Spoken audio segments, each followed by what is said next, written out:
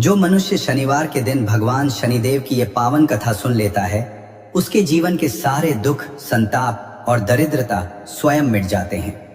शनिवार का दिन न्याय के देवता, कर्म फलदाता भगवान श्री शनिदेव को समर्पित है। वो देवता जो मनुष्य के कर्मों का हिसाब रखते हैं और जिनकी कृपा दृष्टि मात्र से राजा भी रंक और रंक भी राजा बन सकता है। कहते हैं, जो व्यक्ति शनिवार की सुबह उठते ही शनिदेव की इस दिव्य कथा को सुनता है, उसका जीवन स्वयं प्रभु के आशीर्वाद से भर जाता है। उसके जीवन के सारे पाप, कष्ट और शत्रु बाधाएं ऐसे ओझल हो जाती हैं जैसे सूरज की पहली किरण गहन अंधकार को चीर देती है। मेरे प्रियजनों, यह केवल एक कथा नहीं है, ये एक जीवंत अनुभव है, एक अडिग आस्था है। ये एक ऐसा भाव है जो मनुष्य के अंतर्मन को भीतर से शुद्ध कर देता है। क्योंकि शनिदेव केवल दंड देने वाले देव नहीं हैं, वे तो हमारे परम शिक्षक हैं, हमारे रक्षक हैं। वे हमारे धैर्य, हमारे विवेक और हमारे कठिन समय में हमारे संकल्प की परीक्षा लेते हैं। कहते हैं, जब कोई व्यक्ति सच्चे मन से शनिवार के दिन शनिदेव की कथा का श्रवण करता है, तो उसके घर की नकारात्मकता, तंत्र मंत्र का प्रभाव और बुरी नजर का साया सदा के लिए समाप्त हो जाता है। घर में सुख समृद्धि, अखंड शांति और ऐश्वर्य का वास होता है। व्यापार में आ रही बाधाएं दूर होती हैं, परिवार में प्रेम और सामंजस्य बढ़ता है और चंचल मन में एक अद्भुत स्थिरता आती है। इसलिए आज का यह दिन केवल पूजा का नहीं, बल्कि आत्म मंथन और आत्म शुद्धि का दिन है। जब हम अपने भीतर छिपे अहंकार को त्याग कर न्याय के देवता के चरणों में नतमस्तक होते हैं, तो अब इस पावन सुबह अपने चारों ओर की अशांति को त्याग दीजिए, अपनी सांसों को धीमा कीजिए और अपने हृदय के उस द्वार को खोलिए जहां से दिव्यता प्रवेश करती है। अपने भीतर उस स्वर को गूंजने दीजिए जो कहता है, ओम शं शनैश्चराय नमः। क्योंकि जो व्यक्ति श्रद्धा से इस मंत्र का जाप करता है और शनिवार की कथा को भावपूर्ण हृदय से सुनता है, उसके जीवन की हर बड़ी से बड़ी रुकावट को स्वयं शनिदेव अपने हाथों से हटा देते हैं। तो आइए अपनी भक्ति को जागृत कीजिए, दोनों हाथ जोड़िए और प्रेम से कहिए, जय श्री शनिदेव, जय न्याय के देवता। आज की यह कथा आपको उस दिव्यता से जोड़ेगी जहां हर संकट प्रभु के नाम मात्र से शांत हो जाता है। लेकिन आगे बढ़ने से पहले मैं आपको एक अत्यंत महत्वपूर्ण सत्य बता दूं, जिसका वर्णन हमारे प्राचीन ग्रंथों में भी मिलता है। भगवान की कथा, विशेषकर शनिदेव जैसी शक्तिशाली ऊर्जा की कथा, यदि बीच में छोड़ दी जाए तो वह अधूरी रह जाती है। अधूरा ज्ञान और अधूरा सत्य मन को भ्रमित करता है। इसलिए आपसे विनम्र निवेदन है कि इस कथा को अंत तक पूर्ण एकाग्रता के साथ सुने। क्या पता इस कथा का कोई एक प्रसंग, कोई एक शब्द ही आपके जीवन की उलझनों को सुलझा दे। और यदि आप एक सच्चे सनातनी हैं, तो इस पुण्य को केवल अपने तक न रखें। इस वीडियो को लाइक करें और इसे अपनों के साथ साझा करें, ताकि शनिदेव की कृपा का प्रकाश हर उस घर तक पहुंचे जहां अंधकार ने डेरा डाल रखा है। प्रिय श्रोतागण, आज मैं आपको ले चलता हूं समय के उस कालखंड में और भारतवर्ष के उस पावन कोने में जहां प्रकृति स्वयं ईश्वर की वंदना करती प्रतीत होती है। उत्तर दिशा में स्थित देवभूमि हिमालय की गगनचुंबी चोटियों के बीच, जहां बर्फ की सफेद चादर पहाड़ों को ओढ़े रहती है, वहां बसा था एक अत्यंत सुंदर और मनमोहक गांव, केशवपुर। केशवपुर कोई साधारण गांव नहीं था। यहाँ की सुबह पक्षियों के कलरव से नहीं, बल्कि मंदिरों की घंटियों और बहती नदी के मधुर संगीत से होती थी। गांव के चारों ओर ऊंचे ऊंचे देवदार और चीर के वृक्ष ऐसे खड़े थे मानो वे इस धरती के प्रहरी हों। पहाड़ों की ओट से जब सूर्य की पहली किरण निकलती थी, तो वह सीधे गांव के बीचों बीच स्थित उस विशाल मंदिर के शिखर को चूमती थी, जो इस गांव की आत्मा थी। यह मंदिर था भगवान शनिदेव का भव्य धाम। काले पत्थरों से निर्मित यह मंदिर स्थापत्य कला का एक अद्भुत नमूना था। मंदिर के गर्भगृह में शनिदेव की एक विशाल और तेजस्वी प्रतिमा विराजमान थी। उनकी आंखों में एक ऐसी चमक थी जो पापी को डराती थी और भक्त को अभय दान देती थी। मंदिर के चारों ओर शुद्ध देसी घी और सरसों के तेल के दियों की महक वातावरण में एक अलौकिक शुद्धि भर देती थी। केशवपुर के निवासियों के लिए शनिदेव केवल एक देवता नहीं थे, वे उनके पिता थे, उनके न्यायाधीश थे। गांव का बच्चा बच्चा जानता था कि जिस पर शनिदेव की वक्र दृष्टि पड़ जाए उसका विनाश निश्चित है, लेकिन जिसकी भक्ति से प्रसन्न होकर शनिदेव अपनी अमृत दृष्टि उस पर डाल दें, उसे त्रिलोक में कोई पराजित नहीं कर सकता। गांव के पास ही एक कलकल करती नदी बहती थी, जिसका जल इतना निर्मल था कि उसमें आकाश का हर रंग स्पष्ट दिखाई देता था। इस नदी के किनारे बैठकर जब संध्या समय शंख की ध्वनि गूंजती थी तो पूरा केशवपुर भक्ति के सागर में डूब जाता था। गांव वाले हर शनिवार को एक विशेष उत्सव मनाते थे। उस दिन कोई अपने खेत पर नहीं जाता था, कोई व्यापार की चिंता नहीं करता था। बस सुबह से ही शनिदेव के मंदिर में भीड़ जुटने लगती थी। विशाल आरती होती थी, जिसमें ढोल नगारों की थाप पर भक्तों का हृदय नाच उठता था। इसी पावन केशवपुर में नदी के दूसरे छोर पर, जहां हरियाली और भी घनी थी, दो किसान भाइयों का परिवार रहता था। बड़ा भाई जिसका नाम था जयप्रकाश और छोटा भाई जिसका नाम था वैभव। जयप्रकाश और वैभव केवल भाई नहीं थे, वे एक दूसरे की परछाई थे। उनके बीच ऐसा अगाध प्रेम था कि पूरे केशवपुर में उनकी मिसाल दी जाती थी। लोग कहते थे कि यदि राम लक्ष्मण की जोड़ी देखनी हो तो जयप्रकाश और वैभव के घर चले जाओ। जयप्रकाश, जैसा कि उनका नाम था, स्वभाव से भी वैसे ही तेजस्वी और गंभीर थे। वे कर्म में विश्वास रखते थे और शनिदेव के अनन्य उपासक थे। उनका मानना था कि ईमानदारी से किया गया परिश्रम ही सच्ची पूजा है। वही छोटा भाई वैभव चंचल था, लेकिन अपने बड़े भाई के प्रति समर्पित था। उनके खेत लहलहाते थे, उनके घर में कभी अन्न की कमी नहीं होती थी। जयप्रकाश की पत्नी का नाम था राधा, जो साक्षात लक्ष्मी का रूप थी, मृदुभाषी, शांत और सेवाभावी। और वैभव की पत्नी थी ममता। शुरुआत में तो ममता भी परिवार के रंग में रंगी रही, लेकिन नियति के गर्भ में कुछ और ही छिपा था। समय का चक्र अपनी गति से घूमता रहा। दोनों भाइयों के आंगन में बच्चों की किलकारियां गूंजी। जयप्रकाश के 2 पुत्र हुए और वैभव के भी 2 पुत्र।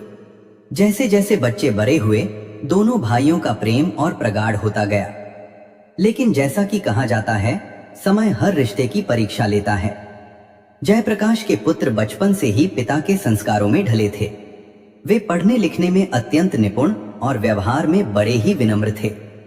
गांव के बड़े बुजुर्गों को देखते ही उनके सिर झुक जाते थे।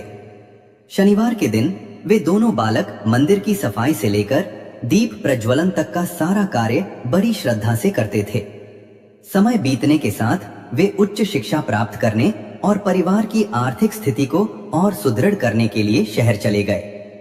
वहां भी उन्होंने अपनी मेहनत और ईमानदारी से बहुत नाम कमाया। इधर केशवपुर में वैभव की पत्नी ममता के मन में धीरे धीरे ईर्ष्या का बीज पनपने लगा। वह देखती थी कि जब भी जयप्रकाश के बेटों की चिट्ठी आती या वे गांव आते तो पूरा गांव उनकी प्रशंसा करते नहीं थकता था। लोग कहते, देखो जयप्रकाश ने क्या हीरे जैसे बेटे पाए हैं, पूरे कुल का नाम रोशन कर दिया। ममता को यह प्रशंसा सुई की तरह चुभती थी। उसके अपने बेटे, जो उम्र में लगभग बराबर थे, वे स्वभाव से निष्ठुर और आलसी होते जा रहे थे। उन्हें न तो पढ़ाई में रुचि थी और न ही खेतों के काम में। वे अक्सर गांव के बिगड़े हुए लड़कों के साथ घूमते, जुआ खेलते और छोटी मोटी चोरियों में संलिप्त रहते। ममता अपने बेटों की बुराई देखने के बजाय अपनी जेठानी राधा और उसके परिवार से जलने लगी। उसे लगने लगा कि शायद शनिदेव की सारी कृपा जयप्रकाश के घर पर ही बरस रही है और उसका अपना परिवार अंधकार में खोता जा रहा है। समय पंख लगाकर उड़ रहा था। जयप्रकाश के दोनों पुत्र, जिन्हें पूरा गांव बड़े लाड से संस्कारों की प्रतिमूर्ति कहता था, अब अपनी शिक्षा पूरी कर शहर में एक प्रतिष्ठित स्थान प्राप्त कर चुके थे। लेकिन उनकी सफलता ने उन्हें अहंकारी नहीं बनाया था, बल्कि वे और भी अधिक झुक गए थे। वे जानते थे कि उनकी हर सफलता के पीछे उनके पिता के कठिन परिश्रम, माता की प्रार्थनाओं और सबसे बढ़कर भगवान शनिदेव की असीम अनुकंपा है। हर महीने के अंत में जब वे गांव लौटते तो उनके हाथ खाली नहीं होते थे। वे अपने साथ न केवल धन लाते बल्कि गांव के गरीबों के लिए वस्त्र, दवाइयां और मंदिर के लिए बहुमूल्य सामग्री भी लाते थे। शनिवार का दिन उनके लिए किसी उत्सव से कम नहीं होता था। जयप्रकाश के पुत्रों ने नियम बना लिया था कि वे हर शनिवार को शनिदेव के मंदिर में एक विशाल भंडारे का आयोजन करेंगे। आप कल्पना कीजिए उस दृश्य की। शनिवार की वो भोर जब आकाश का रंग हल्का नीला और सुनहरा होता था। नदी के किनारे जयप्रकाश के बेटे स्वयं अपने हाथों से बड़े बड़े कराहों में प्रसाद तैयार करवाते। वे स्वयं पंक्ति में बैठे दरिद्र नारायणों को भोजन परोसते। उनकी आंखों में वही चमक होती थी जो एक सच्चे भक्त की आंखों में होनी चाहिए। पूरा केशवपुर उनकी जय जयकार करता। गांव के बुजुर्ग कहते, जयप्रकाश, तूने पूर्व जन्म में कोई बड़ा पुण्य किया होगा जो तुझे ऐसे श्रवण कुमार जैसे बेटे मिले हैं। लेकिन मेरे प्रिय श्रोतागण, जहां प्रकाश होता है वहां छाया भी होती है। नदी के उसी तट पर वैभव के घर की खिड़की से ये दृश्य ममता की आंखों में शूल की तरह गड़ते थे। वो अपनी रसोई में खड़ी होकर जलती आंखों से देखती कि कैसे उसकी जेठानी राधा ठाठ से मंदिर की सीढ़ियों पर बैठी है और लोग उसके चरण स्पर्श कर रहे हैं। ममता के मन में एक जहरीला विचार बार बार आता, मेरे पति वैभव ने भी तो उतनी ही मेहनत की है जितनी जयप्रकाश ने। हमारे खेत भी तो साथ ही हैं। फिर सारा मान सम्मान, सारा यश केवल इन्हीं के हिस्से क्यों? क्या मेरे बेटों का कोई अस्तित्व नहीं है? परंतु सत्य तो यह था कि ममता के अपने दोनों पुत्र, जिन्हें वह अपनी ममता की आड़ में छिपाए रखती थी, वे कुसंगति के दलदल में धंस चुके थे। वे गांव के उन छोरों के साथ बैठते थे जो काम धंधे से जी चुराते थे। शनिवार के दिन जब पूरा गांव शनिदेव की वंदना में लीन होता, ममता के बेटे गांव की गलियों में छिपकर जुआ खेलते या किसी के खेत से फसल चुराने की योजना बनाते। एक बार की बात है, शनिवार की दोपहर थी। मंदिर में आरती की तैयारी चल रही थी। जयप्रकाश के बेटों ने उस दिन पूरे मंदिर को नीले अपराजिता के फूलों से सजाया था। मंदिर का कोना कोना महक रहा था। तभी गांव के मुखिया दौड़ते हुए वैभव के घर पहुंचे। उनके चेहरे पर क्रोध था। मुखिया ने वैभव को ललकारते हुए कहा, वैभव, अपने बेटों को संभाल ले। आज उन्होंने गांव के मंदिर की दान पेटी से कुछ मुद्राएं चुराने का प्रयास किया है। गनीमत यह थी कि जयप्रकाश के बेटों ने उन्हें देख लिया और मामला शांत करवा दिया, वरना आज गांव की पंचायत उन्हें काला मुंह करके गधे पर घुमाती। यह सुनकर वैभव का सिर शर्म से झुक गया। उसने अपने बेटों को पीटने के लिए हाथ उठाया, लेकिन ममता बीच में ढाल बनकर खड़ी हो गई। वह चिल्लाई, मेरे बेटों पर झूठा इल्जाम मत लगाइए मुखिया जी। जरूर यह उस जयप्रकाश के बेटों की चाल होगी। वे चाहते हैं कि पूरा गांव उन्हें पूजे और मेरे बच्चे बदनाम हो जाएं। वे जानबूझकर मेरे बच्चों को नीचा दिखा रहे हैं। वैभव ने अपनी पत्नी को समझाने की कोशिश की, ममता, तू अंधी मत बन। जयप्रकाश के बेटे तो हमारे ही बच्चे हैं। उन्होंने तो हमारे बेटों की लाज बचाई है, वरना आज हमारी बदनामी पूरे केशवपुर में हो जाती। लेकिन ईर्ष्या एक ऐसा रोग है जो इंसान की सोचने समझने की शक्ति को निगल जाता है। ममता के कान अब सत्य सुनने के लिए बंद हो चुके थे। उसे लगा कि जयप्रकाश का परिवार उसके परिवार का सबसे बड़ा शत्रु है। वह अपने मन ही मन बुदबुदाई, ये शनिदेव की पूजा का ढोंग करते हैं ना। मैं देखूंगी कि ये शनिदेव इनका साथ कब तक देते हैं। उधर जयप्रकाश और राधा इस सबसे बेखबर थे। वे तो ममता को अपनी छोटी बहन और वैभव को अपना दाहिना हाथ मानते थे। राधा अक्सर ममता के पास जाती और कहती, ममता छोटी, तू उदास क्यों रहती है? देख, बच्चे तो नादान होते हैं, उन्हें थोड़ा प्यार से समझाओ। चल, आज शनिवार है, साथ मिलकर शनिदेव के मंदिर में दीप दान करते हैं। शनिदेव सब ठीक कर देंगे। ममता ऊपर से तो मुस्कुरा देती, लेकिन उसके भीतर प्रतिशोध की ज्वाला धधक रही थी। उसे राधा की यह सादगी और उसकी यह सीख महानता का ढोंग लगती थी। एक रात जब पूरा केशवपुर गहरी नींद में सोया था और केवल नदी के बहने की आवाज सुनाई देती, ममता ने एक भयानक निर्णय लिया। उसने सोचा कि जब तक जयप्रकाश के बेटे शहर से धन लाते रहेंगे और यहाँ मान सम्मान पाते रहेंगे, तब तक उसके बेटों का सूर्य उदय नहीं होगा। उसने अपने बेटों को पास बुलाया और उनके कान में जहर भरते हुए कहा, अगर तुम्हें इस गांव में सिर उठाकर जीना है तो तुम्हें अपने ताऊ जी के बेटों को नीचा दिखाना ही होगा। लोग उनकी ईमानदारी की मिसाल देते हैं ना, हम उनकी इसी ईमानदारी पर कीचड़ उछालेंगे। ममता का बड़ा बेटा, जो स्वभाव से अत्यंत कुटिल था, उसने अपनी माँ की आंखों में झांका और बोला, माँ, आप चिंता मत करो, मैंने एक योजना बनाई है। अगले शनिवार जब वे मंदिर में भंडारा करेंगे, हम कुछ ऐसा करेंगे कि पूरा गांव उन पर थू थू करेगा, और वो शनिदेव का मंदिर जिसे वे अपना गर्व मानते हैं, वही उनकी बर्बादी का गवाह बनेगा। ये सुनकर ममता के चेहरे पर एक डरावनी मुस्कान आ गई। वो भूल गई थी कि वो जिसके विरुद्ध षड्यंत्र रच रही है, वे उस देवता के अनन्य भक्त हैं जो कर्म फलदाता है। वो भूल गई थी कि शनिदेव की दृष्टि से कोई कोना अछूता नहीं है। अगले शनिवार की तैयारी शुरू हो गई। जयप्रकाश के पुत्रों ने इस बार और भी भव्य आयोजन की योजना बनाई थी। उन्हें क्या पता था कि इस बार उनके धैर्य और उनकी भक्ति की अग्नि परीक्षा होने वाली है। आकाश में शनिवार का सूर्य उदय हो रहा था, लेकिन यह सूर्य अपने साथ न्याय की एक ऐसी गाथा लेकर आने वाला था जिसे केशवपुर सदियों तक याद रखने वाला था। षड्यंत्र का जाल बिछ चुका था।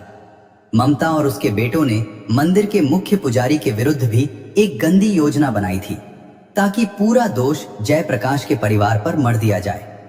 अंधेरी रात के साए में अधर्म के बीज बोए जा चुके थे। प्रियजनों, जयप्रकाश के दोनों पुत्र जो शहर से लौटे थे, अपनी परंपरा के अनुसार भोर के 4 बजे ही उठ गए थे। उन्होंने पवित्र नदी के शीतल जल में स्नान किया, अपने माथे पर शनिदेव की भस्म का तिलक लगाया और पूरी श्रद्धा के साथ मंदिर की ओर चल पड़े। उनके मन में केवल एक ही भाव था, प्रभु की सेवा।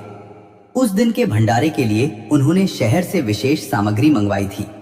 केसरिया हलवा, शुद्ध देसी घी की पूरियां और शनिदेव को प्रिय काली उड़द की खिचड़ी। मंदिर के प्रांगण में बड़े बड़े कराहों में भोजन पकना शुरू हो चुका था। जयप्रकाश और वैभव, दोनों भाई कंधे से कंधा मिलाकर काम में लगे थे। राधा और गांव की अन्य महिलाएं मंदिर की सफाई और मालाएं पिरोने में व्यस्त थीं। लेकिन ममता उस दिन बहुत शांत थी। उसकी आंखों में एक ऐसी चुप्पी थी जो किसी बड़े विनाश का संकेत दे रही थी। वह बार बार अपने बेटों को इशारे कर रही थी, जो मंदिर के पिछले हिस्से में, जहां भक्तों का सामान और जयप्रकाश के बेटों के थैले रखे थे, वहां घात लगाए बैठे थे। जब मंदिर के मुख्य पुजारी जी आरती के लिए गर्भगृह में प्रवेश करने वाले थे, तभी ममता के बड़े बेटे ने बड़ी चतुराई से मंदिर की रसोई में प्रवेश किया। उसने देखा कि वहां कोई नहीं है। उसने अपनी कमर से एक पोटली निकाली, जिसमें उसने कुछ ऐसी जहरीली जरें और अशुद्ध वस्तुएं रखी थीं, जिन्हें यदि भोजन में मिला दिया जाए तो न केवल भोजन दूषित हो जाता, बल्कि उसे खाने वाले की सेहत भी बिगड़ सकती थी। उसने वह अशुद्ध सामग्री उस खिचड़ी और हलवे में मिला दी जो शनिदेव को भोग लगने वाला था। इतना ही नहीं, अधर्म की सीमा तो तब पार हो गई जब ममता के दूसरे बेटे ने मंदिर की अलमारी से भगवान शनिदेव का वह प्राचीन चांदी का मुकुट, जिसे गांव की विरासत माना जाता था, उसे चुपके से निकाल लिया। उसने उस मुकुट को जयप्रकाश के बेटों के उसी झोले में छिपा दिया, जिसमें वे अपनी धार्मिक पुस्तकें और पूजन सामग्री रखते थे। प्रिय श्रोतागण, षड्यंत्र इतना गहरा था कि जयप्रकाश के बेटों को कानों कान खबर नहीं हुई। वे तो बाहर खड़े होकर प्रेम से भजन गा रहे थे, जय जय श्री शनिदेव प्रभु, सुनहु विनय महाराज। ठीक दोपहर के समय जब मंदिर खचाखच भर गया था और भोग लगाने की तैयारी हो रही थी, तभी अचानक मंदिर के मुख्य पुजारी जी की चीख सुनाई दी। पुजारी जी गर्भगृह से बाहर आए। उनके हाथ कांप रहे थे और चेहरा सफेद पड़ गया था। उन्होंने कांपती आवाज में कहा, अनर्थ हो गया, महापाप हो गया। भगवान शनिदेव का प्राचीन चांदी का मुकुट चोरी हो गया है। जैसे ही यह शब्द मंदिर के प्रांगण में गूंजे, सन्नाटा छा गया। केशवपुर के इतिहास में ऐसा कभी नहीं हुआ था। शनिदेव के मंदिर से चोरी, वह भी मुकुट की। गांव वाले एक दूसरे को शंका की दृष्टि से देखने लगे। तभी ममता के बेटे ने भीड़ से निकलकर बड़े ही नाटकीय ढंग से कहा, पुजारी जी, आज मंदिर में केवल हम गांव वाले नहीं हैं, कुछ लोग शहर से भी आए हैं जो बहुत दिखावा कर रहे हैं। कहीं ऐसा तो नहीं कि शहर की चकाचौंध में रहने वालों की नीयत डोल गई हो। उसका इशारा सीधे जयप्रकाश के बेटों की ओर था। जयप्रकाश का हृदय यह सुनकर बैठने लगा। उसने क्रोध और दुख के मिले जुले स्वर में कहा, बेटा, ये तुम क्या कह रहे हो? तुम्हारे भाई ऐसी नीच हरकत कभी नहीं कर सकते। लेकिन ममता आगे बढ़ी और चिल्लाकर बोली, भाई कैसे? जब से ये शहर से आए हैं खुद को बड़ा दिखाने की कोशिश कर रहे हैं। इनके झोलों की तलाशी क्यों नहीं ली जाती? अगर ये सच्चे हैं तो डर किस बात का? गांव के कुछ लोग जो ममता के बेटों की बातों में आ गए थे, उन्होंने दबाव बनाया। जयप्रकाश के बेटे, जिनकी आंखों में आंसू थे, उन्होंने स्वयं अपना झोला आगे कर दिया।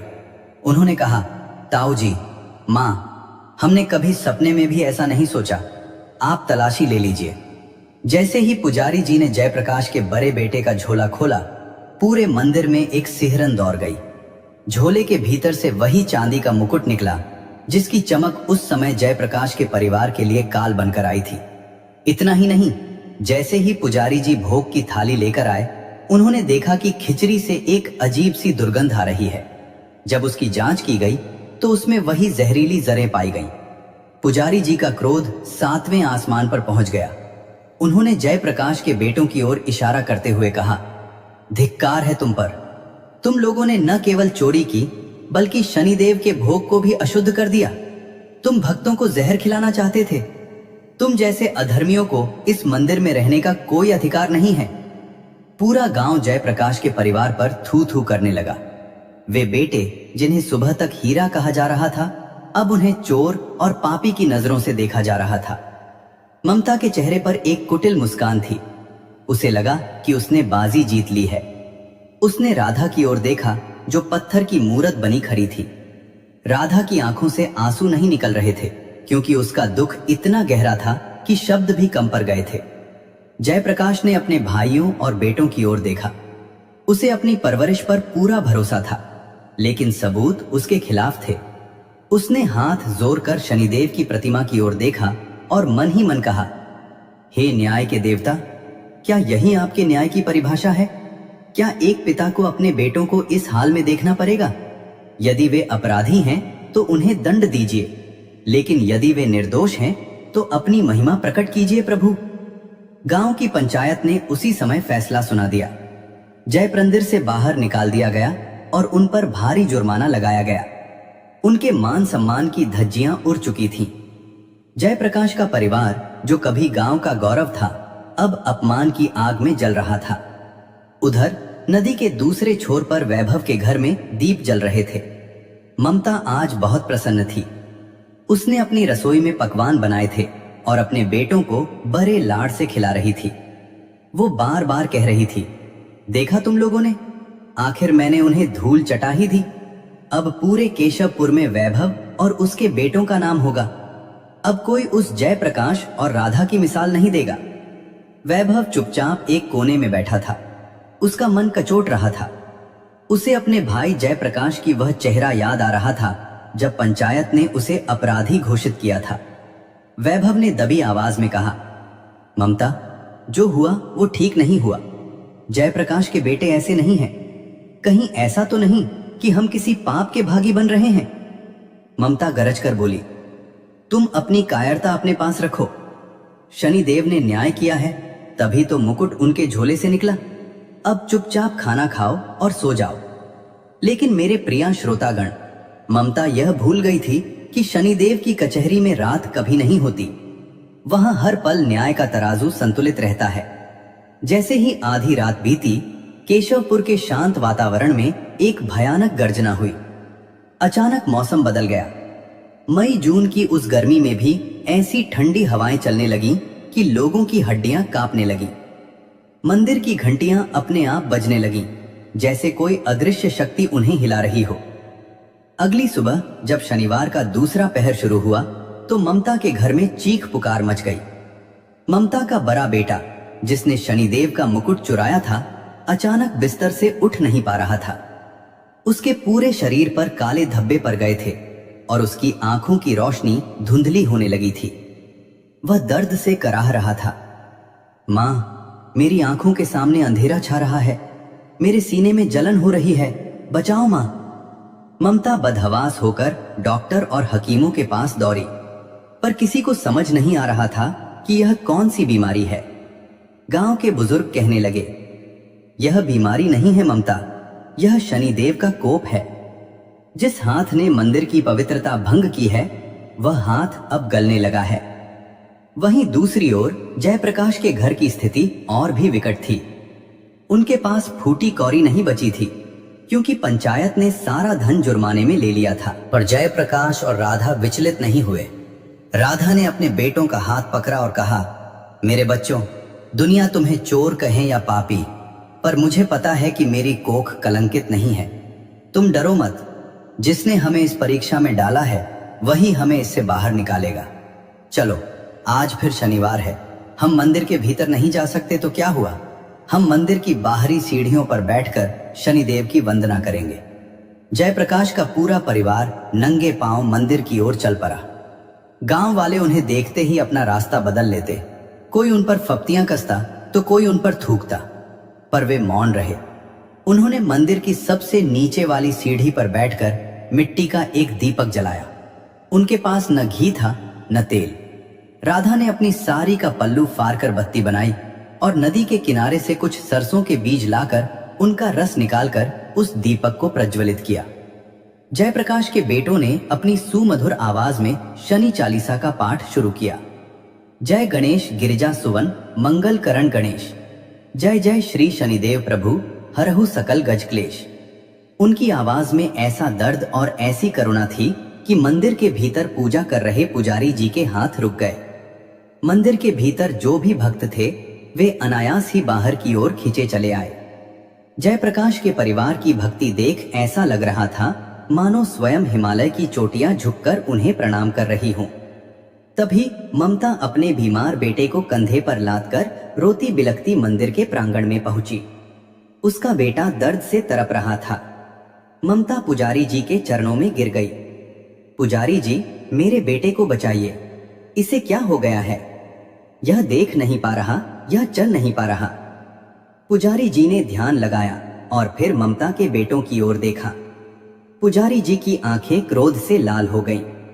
उन्होंने कहा, ममता, तूने और तेरे बेटों ने केवल जयप्रकाश को धोखा नहीं दिया, तूने उस देव को ठगने की कोशिश की है जो सृष्टि का न्यायाधीश है।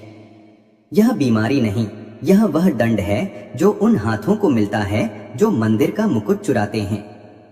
ममता हड़बड़ा गई। नहीं पुजारी जी, मुकुट तो जयप्रकाश के बेटों के पास था। पुजारी जी गरजे, झूठ मत बोल। आज सुबह जब मैं गर्भगृह की सफाई कर रहा था तो मुझे शनिदेव की प्रतिमा के पीछे एक छोटी सी पोटली मिली जिसमें वही जहरीली जरें थीं जो भोग में मिली थीं, और उस पोटली पर तेरे घर के कपड़े का निशान है। बोल ममता, क्या तू अभी भी सत्य को झुठलाएगी? पूरा गांव दंग रह गया। ममता के पैरों तले जमीन खिसक गई। उसके पाप का घड़ा भर चुका था। शनिदेव ने अपनी वक्र दृष्टि ममता के परिवार पर डाल दी थी। उधर सीढ़ियों पर बैठे जयप्रकाश के बेटों का पाठ अभी भी जारी था।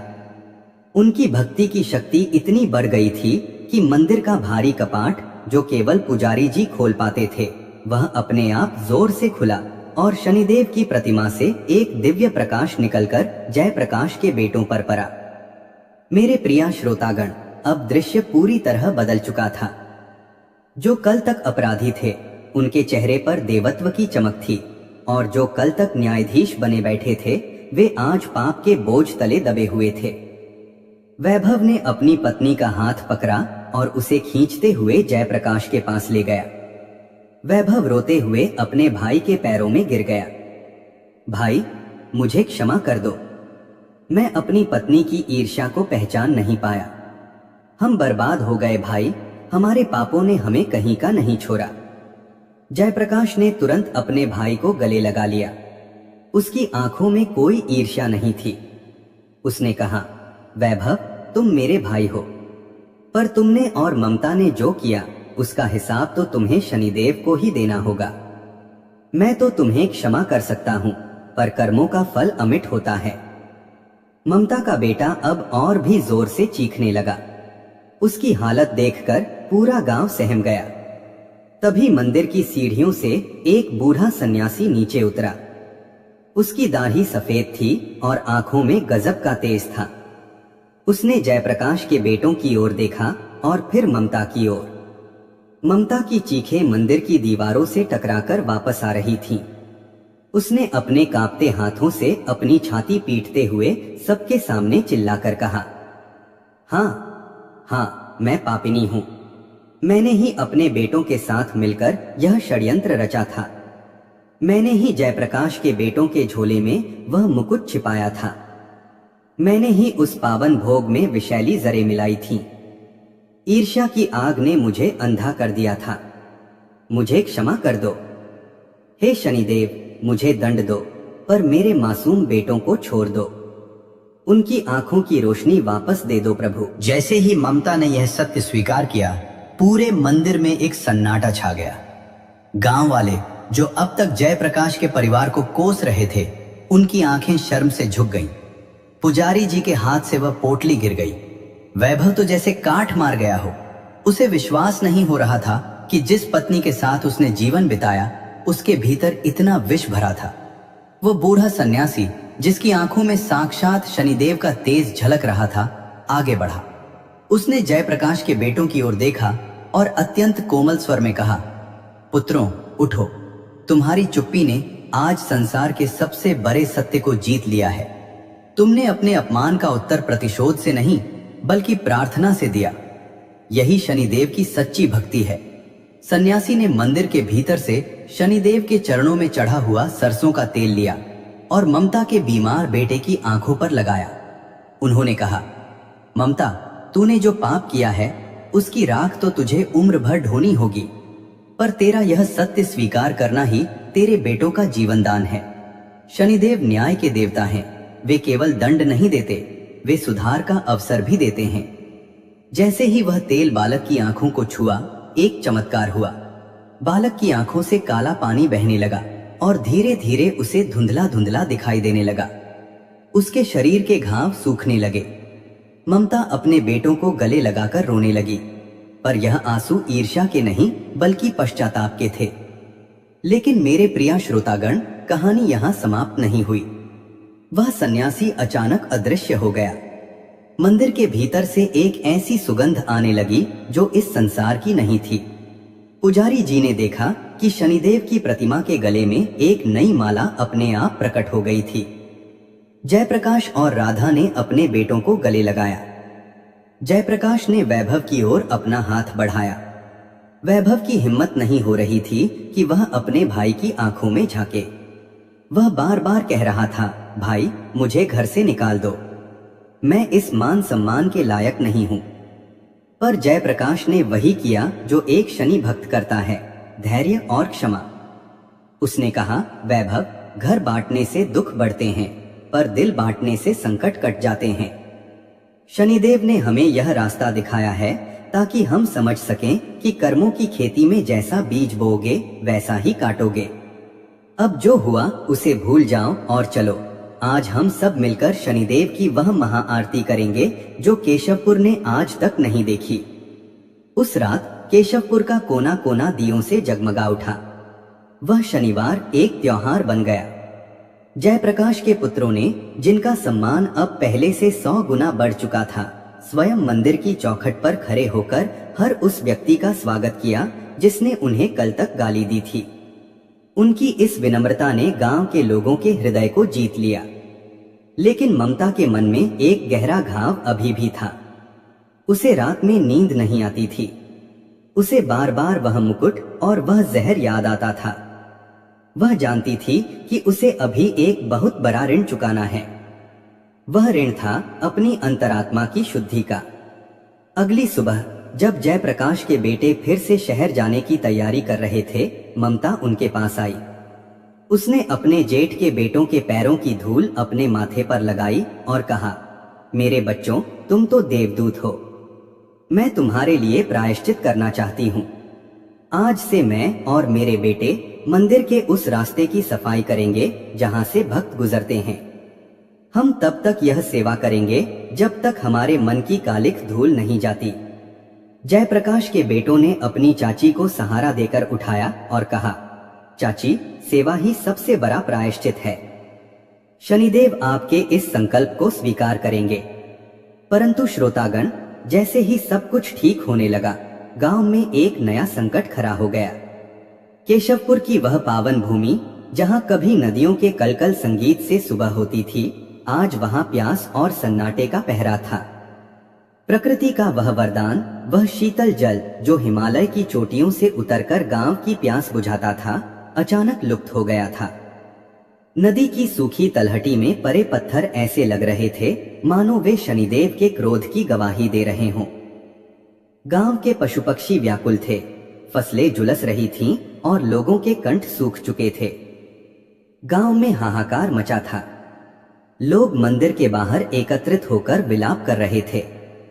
पुजारी जी के चेहरे पर भी चिंता की लकीरें गहरी हो गई थीं। उन्होंने जयप्रकाश को पास बुलाया और भारी मन से कहा, जयप्रकाश, शनिदेव का न्याय अचूक होता है, पर उनकी परीक्षा भी उतनी ही कठिन होती है। नदी का सूखना कोई सामान्य घटना नहीं है। ये संकेत है कि इस गांव के पुण्य का घड़ा खाली हो चुका है। जब तक हृदय में शुद्धि और कर्मों में सत्य नहीं आता, तब तक प्रकृति अपना द्वार नहीं खोलती। जयप्रकाश ने हाथ जोड़ कर कहा, पुजारी जी, ममता ने अपना पाप स्वीकार कर लिया है। मेरे बेटों का सम्मान वापस मिल गया है। फिर यह नया संकट क्यों? क्या शनिदेव अभी भी हमसे रुष्ट हैं? तभी वही रहस्यमयी बूढ़ा सन्यासी जो पिछले शनिवार को प्रकट हुआ था, मंदिर के ऊंचे शिखर के पास एक चट्टान पर बैठा दिखाई दिया। उसकी जटाओं से जैसे ज्ञान की धारा बह रही थी। उसने ऊंचे स्वर में कहा, हे केशवपुर के निवासियों, तुम समझते हो कि एक व्यक्ति के माफी मांग लेने से सब कुछ ठीक हो गया? नहीं, पाप का प्रभाव केवल एक परिवार तक सीमित नहीं रहता, वो पूरे समाज को दूषित करता है। इस नदी का मार्ग ऊपर पहाड़ों में एक विशाल शिलाखंड ने रोक दिया है। वो शिलाखंड और कुछ नहीं बल्कि तुम सबके भीतर छुपा हुआ अहंकार और स्वार्थ है। गांव वाले कांप उठे। सन्यासी ने आगे कहा, यदि तुम चाहते हो कि यह नदी फिर से बहे, तो तुम्हें उस स्थान पर जाना होगा जहां से यह नदी जन्म लेती है। उस शिलाखंड को हटाना किसी एक के बस की बात नहीं। इसके लिए उन हाथों को भी लगना होगा जिन्होंने मंदिर को सजाया था, और उन हाथों को भी जिन्होंने मंदिर को अपवित्र किया था। जयप्रकाश के बेटों की पवित्रता और ममता के बेटों का प्रायश्चित। जब ये दोनों शक्तियां मिलेंगी, तभी यह जल फिर से प्रवाहित होगा। मेरे प्रिय श्रोतागण, यह शनिदेव की एक और बड़ी लीला थी। वे चाहते थे कि वैभव और जयप्रकाश का परिवार केवल ऊपर से नहीं बल्कि आत्मा से एक हो जाए। बिना देर किए जयप्रकाश, वैभव और उनके सभी पुत्रों ने हिमालय की दुर्गम चढ़ाई शुरू की। उनके पीछे पीछे पूरा गांव चल पड़ा। वह चढ़ाई अत्यंत कठिन थी। तीखी ढलान, कंपा देने वाली ठंड और पैरों में पड़ते छाले। जयप्रकाश के बेटे जो शहर की सुख सुविधाओं में पले थे, उनके पैर लहूलुहान हो गए थे, लेकिन वे रुके नहीं। वे अपने छोटे भाइयों ममता के बेटों का हाथ पकड़कर उन्हें सहारा दे रहे थे। ममता के बेटे जो अब पूरी तरह ठीक हो चुके थे, उनकी आंखों में पश्चाताप के आंसू थे। वे बार बार कह रहे थे, भैया, हमें क्षमा कर दो, हमारी वजह से आपको यह कष्ट उठाना पड़ रहा है। जयप्रकाश का बड़ा बेटा मुस्कुराया और बोला, पगले, शनिदेव ने कष्ट नहीं दिया है, उन्होंने तो हमें एक होने का अवसर दिया है। देखो, आज पूरा गांव एक साथ चल रहा है, कोई ऊंच नीच नहीं, कोई बैर नहीं। जब वे नदी के उद्गम स्थल पर पहुंचे तो उन्होंने देखा कि एक विशाल काला पत्थर नदी के मुहाने पर आकर अटक गया था। उसके पीछे पानी का एक विशाल सैलाब रुका हुआ था जो कभी भी फूट सकता था। यदि वह पत्थर अचानक गिरता तो पूरा केशवपुर बह जाता, पर यदि उसे धीरे से नहीं हटाया गया तो गांव प्यासा मर जाता। सबने मिलकर जोर लगाया, पर पत्थर टस से मस नहीं हुआ। जयप्रकाश ने शनिदेव का ध्यान किया। उसने अनुभव किया कि जब तक मन में लेश मात्र भी संदेह रहेगा, यह पत्थर नहीं हिलेगा। उसने वैभव की ओर देखा। दोनों भाइयों ने एक दूसरे की आंखों में झांका। वैभव ने अपने भाई के चरण छुए और जयप्रकाश ने उसे उठाकर गले लगा लिया। उस गले लगने में वर्षों की करवाहट धुल गई। तभी जयप्रकाश के बेटों और वैभव के बेटों ने एक साथ मिलकर पत्थर को धक्का दिया। पूरा गांव एक स्वर में मंत्र जपने लगा। नीलांजन समाभासम रविपुत्रम यमाग्रजम छाया मार्तंड संभूतम तम नमामि शनेश्चरम। अचानक एक चमत्कार हुआ। जैसे ही जयप्रकाश और वैभव के परिवारों के हाथ उस पत्थर पर पड़े, वह भारी शिलाखंड ऐसे खिसक गया जैसे वह रुई का फाहा हो। पत्थर के हटते ही शीतल जल की एक प्रचंड धारा कलकल करती हुई नीचे की ओर दौड़ पड़ी। जल का वह वेग इतना पावन था कि उसकी बूंदें पड़ते ही भक्तों की सारी थकान मिट गई। नदी फिर से बहने लगी। केशवपुर की धरती जो प्यासी थी, अब फिर से तृप्त होने वाली थी। गांव वाले खुशी से नाचने लगे, लेकिन जयप्रकाश की नजर उस सन्यासी को ढूंढ रही थी। उन्होंने देखा कि वह सन्यासी अब भी वहीं खड़ा था, पर इस बार उसके चेहरे पर एक अलौकिक मुस्कान थी। सन्यासी ने कहा, जयप्रकाश, आज शनिदेव प्रसन्न हुए हैं। तुमने सिद्ध कर दिया कि न्याय का अर्थ केवल दंड देना नहीं, बल्कि बिखरे हुए मोतियों को एक धागे में पिरोना है। आज से यह नदी शनि गंगा के नाम से जानी जाएगी। जो भी इस नदी में स्नान करेगा और शनिवार की यह कथा सुनेगा, उसे साढ़े साती और ढैया का कष्ट कभी नहीं व्यापेगा। गांव वापस पहुंचते ही उत्सव शुरू हो गया। ममता अब पूरी तरह बदल चुकी थी। वो अब मंदिर की सेवा में सबसे आगे रहती थी। उसके बेटे अब गांव के रक्षक बन चुके थे। जयप्रकाश के परिवार का सम्मान अब आकाश को छू रहा था। प्रिय श्रोतागण, केशवपुर की फिजाओं में अब एक ऐसी शांति थी जो केवल सत्य की विजय के बाद ही अनुभव की जा सकती है। शनि गंगा की लहरें जब मंदिर की सीढ़ियों से टकराती थीं, तो ऐसा लगता था मानो प्रकृति स्वयं भगवान शनिदेव के चरणों का प्रक्षालन कर रही हो। गांव का हर घर दियों की रोशनी से झिलमिला रहा था, पर सबसे बड़ी रोशनी उन लोगों के हृदयों में थी जो अब ईर्ष्या और द्वेष के अंधकार से मुक्त हो चुके थे। उस शनिवार की रात जब उत्सव अपने चरमोत्कर्ष पर था, अचानक मंदिर के गर्भगृह से एक नीली आभा निकलने लगी। वो प्रकाश इतना तीव्र था कि उसकी चमक के सामने पूर्णिमा का चांद भी फीका पड़ गया। पुजारी जी, जयप्रकाश, वैभव और उनका पूरा परिवार अचंभित होकर मंदिर के द्वार पर खड़ा हो गया। तभी मंदिर के भीतर से एक ऐसी गंभीर और मधुर वाणी गूंजी जिसने पूरे हिमालय को स्पंदित कर दिया। वो स्वयं भगवान शनिदेव का स्वर था। वाणी ने कहा, हे केशवपुर के निवासियों, आज इस पावन भूमि पर न्याय का चक्र पूर्ण हुआ है। जयप्रकाश, तेरी अडिग भक्ति और तेरे पुत्रों के धैर्य ने यह सिद्ध कर दिया कि जो मुझ पर विश्वास रखता है, उसे संसार की कोई भी शक्ति पराजित नहीं कर सकती। वैभव, तेरे पश्चाताप और तेरी सत्य स्वीकारोक्ति ने तेरे कुल को विनाश से बचा लिया है। याद रखना, मैं केवल दंड देने वाला देवता नहीं हूं। मैं वह दर्पण हूं जिसमें मनुष्य को उसके अपने ही कर्म दिखाई देते हैं। जो टेढ़ा चलता है उसे मेरी वक्र दृष्टि का सामना करना पड़ता है, और जो सीधा चलता है उस पर मैं अपनी अमृत वर्षा करता हूं। पूरा गांव दंडवत प्रणाम करने लगा। जयप्रकाश की आंखों से अविरल आंसू बह रहे थे। भगवान की वाणी फिर गूंजी, जयप्रकाश, तेरे दोनों पुत्रों ने अपमान को विष की तरह पिया, इसीलिए आज मैं उन्हें वरदान देता हूं कि वे केवल इस गांव के नहीं बल्कि इस पूरे क्षेत्र के मार्गदर्शक बनेंगे। उनके हाथों से इस मंदिर का जीर्णोद्धार होगा और यह केशवपुर शनिधाम के नाम से जाना जाएगा। और ममता, तूने जो सेवा का मार्ग चुना है वही तेरी मुक्ति का मार्ग बनेगा। तेरे पुत्र अब धर्म के रक्षक कहलाएंगे।